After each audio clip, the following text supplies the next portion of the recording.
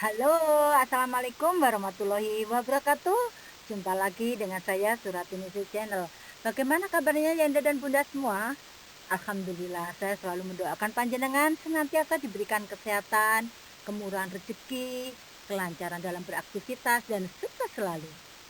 Teman-teman, tentunya semuanya sudah selesai ya dalam penerimaan rapot dan saatnya guru-guru melangkah ke tahap berikutnya yaitu di semester 2. Setelah kita ucapkan bye-bye semester 1, kita masuk ke semester 2 dan tentunya di semester 2 ini kita harus sudah punya persiapan. Kira-kira apa persiapan kita dalam semester 2 ini? Yuk ikuti.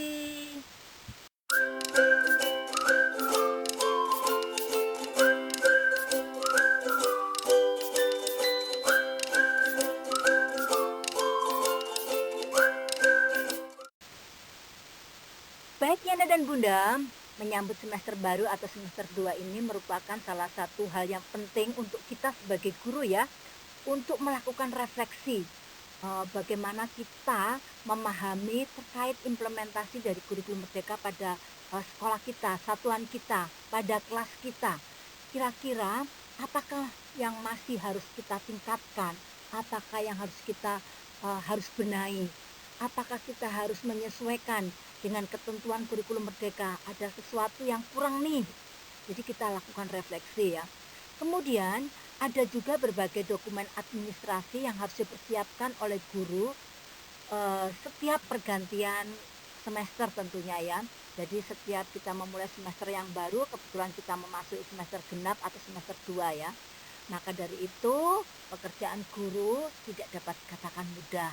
Meskipun dari luar terlihat sangat mudah, bahkan masih ada ya anggapan dari luar itu bahwa jadi guru PAUD, jadi guru TK itu enak.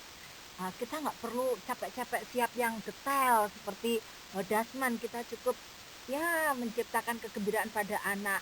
Kita ajak anak tepuk-tepuk, nyanyi-nyanyi, selesai. Padahal kan tidak seperti itu ya. Jadi kalau kita mau menjadi guru profesional, tentunya kita harus menyiapkan semuanya dengan baik. Kita harus dapat merancang kegiatan dengan baik, tentu saja yang berpihak pada siswa. Yanda dan Bunda, tentunya sekarang kita bicara dulu dengan kinerja guru ya, sehubungan dengan kinerja guru yang harus dilakukan ketika nanti kita masuk semester 2 ya. Kita akan menghadapi penilaian prestasi kerja yang akan dilakukan kepala sekolah. Nah, kira-kira ketika kepala sekolah mau melakukan penilaian prestasi kerja, apa yang harus disiapkan guru? Tentunya bukti fisik, yaitu dokumen-dokumen yang harus disiapkan, yang mungkin sudah dilakukan di semester ganjil. Contohnya misalnya modul ajarnya, asesmennya, terus mungkin jurnalnya. Jadi semua administrasi yang sudah dibuat di semester ganjil ini kita kumpulkan, kita siapkan, yang kemudian akan dijadikan salah satu alat untuk kepala sekolah melakukan penilaian prestasi kerja gurunya. Dan yang kedua yaitu menyiapkan SKP. Jadi guru harus mempersiapkan SKP untuk 1 tahun ke depan. Setidaknya ada 4 komponen dalam SKP sebagai sasaran, rencana, dan target yang dicapai guru. Apa targetnya? Yaitu pengajaran, pelaksanaan proses pembelajaran, evaluasi dan tindak lanjut. Kemudian pengembangan keprofesian berkelanjutan serta unsur penunjang dan tugas tambahan.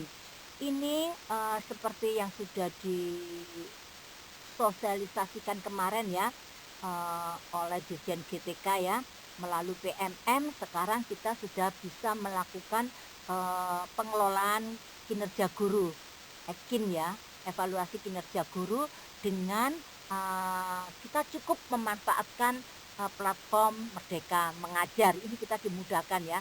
Jadi monggo yang masih belum berselancar boleh mengintip ya, mengintip di PMM. Nanti kita langsung saja menuju ke pengelolaan kinerja. Di situ kita klik, nanti ada apa ya yang perlu kita isikan ya, kita perlu isikan.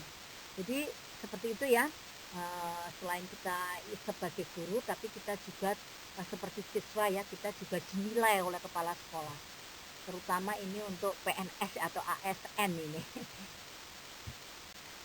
Yanda dan Bunda, untuk dokumentasi yang harus disiapkan di semester 2, yaitu pertama itu, kita sebagai guru itu harus, evaluasi ulang ya, program tahunan yang sudah kita buat itu ya.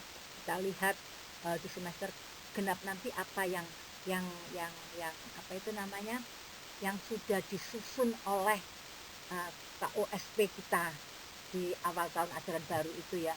Ini untuk menentukan pekan efektif juga ya, karena dari program tahunan itu kita jadi tahu minggu-minggu mana yang efektif, minggu-minggu mana yang dipakai untuk menunjang program sekolah. Jadi seperti itu. Kita evaluasi kembali, kita lihat kembali. Lalu kita membuat program semester. Di semester 2 ini kita susun ya, topik apa di semester 2. Itu kan sudah kita buat di kurikulum merdeka ya. Maaf, di KOSP ya. Jadi di semester 2 itu topiknya apa saja, misalnya contoh contoh di sekolah saya ya, misalnya pertama ada mitigasi bencana, terus ada juga di situ ya, misalnya cita-citaku, terus ini sesuai dengan topik yang jenengan buat ya. Kalau panjenengan ingin tahu topik yang ada di sekolah saya, boleh intip nanti ya, boleh di blog, boleh nanti panjenengan blog ya di catatan Nining, boleh juga panjenengan nanti ngintip di TikTok saya Nining Suratiningsih ya, @Nining Suratiningsih, atau mungkin jenengan scroll ke bawah itu saya pernah sharing tentang topik dalam 1 tahun. Nah, topik saya di semester 2 itu apa? Nah, di sini saya susun promesnya gitu ya. Jadi misalnya topik mitigasi bencana ini nanti saya pakainya berapa minggu. Nah, ini ketika sudah saya buat, ini akan kemudian saya bisa menentukan pekan efektifnya. Kemudian Kaldik semester 2, karena Kaldik di tempat saya itu tidak, kita membuatnya per semester ya. Kita sudah buat 1 tahun tapi terbagi per semester. Jadi semester 2 itu nanti kita lihat kira-kira hari besar apa yang sudah ditetapkan oleh Dinas Pendidikan, hari efektif apa yang bisa kita gunakan. Jadi ini berkaitan ya, Promes, Kaldik yang akhirnya untuk menyusun pekan efektif. Kemudian CP, TP, dan ATP kita buat ya, ini sudah saya buat di KOSP ya, tinggal nanti saya pilihin gitu yang sesuai dengan topik yang akan saya gunakan ketika nanti saya menyusun modul ajar. Kemudian selain modul ajar, tentunya kita juga harus menyiapkan asesmen ya. Asesmen ada 2, formatif dan sumatif ya. Tentunya di sini teknik penilaian yang kita gunakan masih pakai 4 ya kalau di PAUD ya. Ada foto berseri, ada anekdot, catatan anekdot, ada checklist, dan kemudian hasil karya. Kemudian bahan ajar. Bahan ajar itu adalah bisa berupa teks, bisa berupa non teks. Misalnya kita menyiapkan buku, misalnya topik ya, topik mitigasi bencana. Saya siapkan nih buku cerita, atau kalau buku cerita tentang, misalnya saya membahas banjir ya, tentang banjir. Kalau saya tidak menemukan buku cerita tentang banjir, berarti saya harus menyiapkan ini video tentang banjir. Jadi seperti itu. Jadi kita sudah siapkan. Jadi enak nanti ya. Bahan ajarnya sudah kita siapkan, sekarang kita merancang media pembelajaran. Kira-kira kalau nanti saya pakai topik mitigasi bencana, yaitu saya ambil misalnya banjir, terus buku ceritanya ini, media apa yang saya pakai gitu. Misalnya saya nanti melakukan eksperimen, misalnya eksperimen nanti saya akan menyiapkan ini. Nah, jadi ini kita sudah susun dan nanti akan menjadi enak bagi kita. Kemudian P5 karena di PAUD ya, ini kita itu harus benar-benar fokus ya, bahwa kita ini PAUD loh ya. PAUD itu dalam P5 itu 1 tahun itu 2, dan konteksnya hari besar. Jadi tema yang dipilih bebas, tapi konteksnya hari besar. Nah, di semester 2 itu saya menemukan ada hari besar yang bagus nih untuk saya angkat untuk menjadi P5. Misalnya di bulan April saya bisa menggunakan Hari Bumi Internasional, atau mungkin saya pakai di Juni. Di Juni nanti ada Hari Lingkungan. Jadi ini P5-nya nanti saya hubungannya dengan tema Aku Sayang Bumi, itu saja. Nah, nanti ketika sudah saya temukan temanya, topiknya misalnya, lalu mungkin saya akan menyusun timnya dan materi di P5 nanti apa gitu ya. Kemudian kita juga siapkan lingkungan belajar. Jadi mungkin bisa ya, di semester ganjil itu kemarin itu posisinya anak-anak itu bagaimana, terus kita setting, kita pindah misalnya, kita pindah ya, yang pojok baca biasanya di depan, saya taruh sekarang di belakang. Di depan itu saya kasih apa gitu ya. Jadi ini nggak apa-apa, kita setting sedemikian rupa untuk dapat menyiapkan lingkungan belajar yang nyaman dan aman serta menyenangkan untuk anak dapat belajar. Oke, baik Yanda dan Bunda semua, sekarang program pendamping ya, yaitu program unggulan satuan pendidikan atau TK kita ya. Tadi saya sampaikan di awal tadi kita bisa review ya, kita lihat kembali program tahunan kita. Jadi program tahunan yang sudah kita susun di semester 2 itu apa saja ya. Eh, Misalnya di semester 2 itu nanti kan kita menemukan ada hari besar agama yang akan kita lewati, yaitu Ramadan dan Hari Raya Idul Fitri.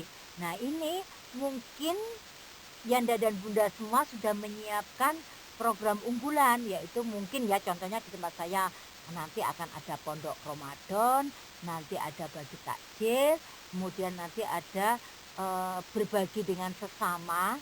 Jadi di situ nanti anak-anak yang di kelas itu membuat parcel untuk teman-temannya yang kurang beruntung. Jadi seperti itu. Ada zakat fitrah juga dan ada halal bihalal juga. Ini bisa kita siapkan juga ya. Bentuk kegiatannya itu apa, sasarannya siapa. Jadi seperti itu. Kemudian juga ada pamer karya P5. Karena tadi kan saya sudah sampaikan ya, di P5 semester 2 itu bidikan saya nanti tema Aku Sayang Bumi, karena saya melihat ada konteks yang pas, yaitu di Hari Bumi Internasional di bulan April atau Hari Lingkungan di bulan Juni. Tapi saya kan belum menentukan ya nanti di bulan apa yang saya ambil gitu. Nah, nanti ini saya sesuaikan. Kenapa kok saya belum menentukan? Saya sesuaikan dengan kegiatan di keagamaan. Kira-kira kalau saya taruh di bulan April mengganggu enggak? Kalau memang mengganggu, saya geser nanti di Hari Lingkungan. Jadi seperti itu. Kemudian di akhir tahun juga ada pentas seni ya. Insya Allah kalau saya membuat atau ngereng-reng ya kalau orang Jawa itu, saya sudah membuat program nanti di akhir tahun nanti pentas seninya itu saya pakai juga barengan gelar pamer karya P5. Jadi nanti selain pentas seni, para undangan bisa melihat hasil karya dari anak-anak di P5-nya. Kemudian mungkin saya juga akan melibatkan alumni. Jadi karena kebetulan di TK Negeri Pembuna ada alumni yang sudah eksis di dunia seni, yaitu membuat band yang sudah malang melintang, sudah di apa itu ditanggap ya kalau orang Jawa bilang sana sini. Itu mungkin akan saya gandeng untuk bisa memeriahkan pentas seni akhir tahun dan apa itu gelar pamer karya P5, sehingga ini nanti saya harapkan bisa menjadikan ajang promosi dari TK saya. Kemudian juga saya perlu menyiapkan penerimaan peserta didik baru tahun 2024-2025. Jadi ini yang perlu kita siapkan, baik itu disiapkan kepala sekolah ataupun guru ataupun satuan. Jadi dalam semester 2 ini loh pekerjaan kita nanti. Jadi seperti itu.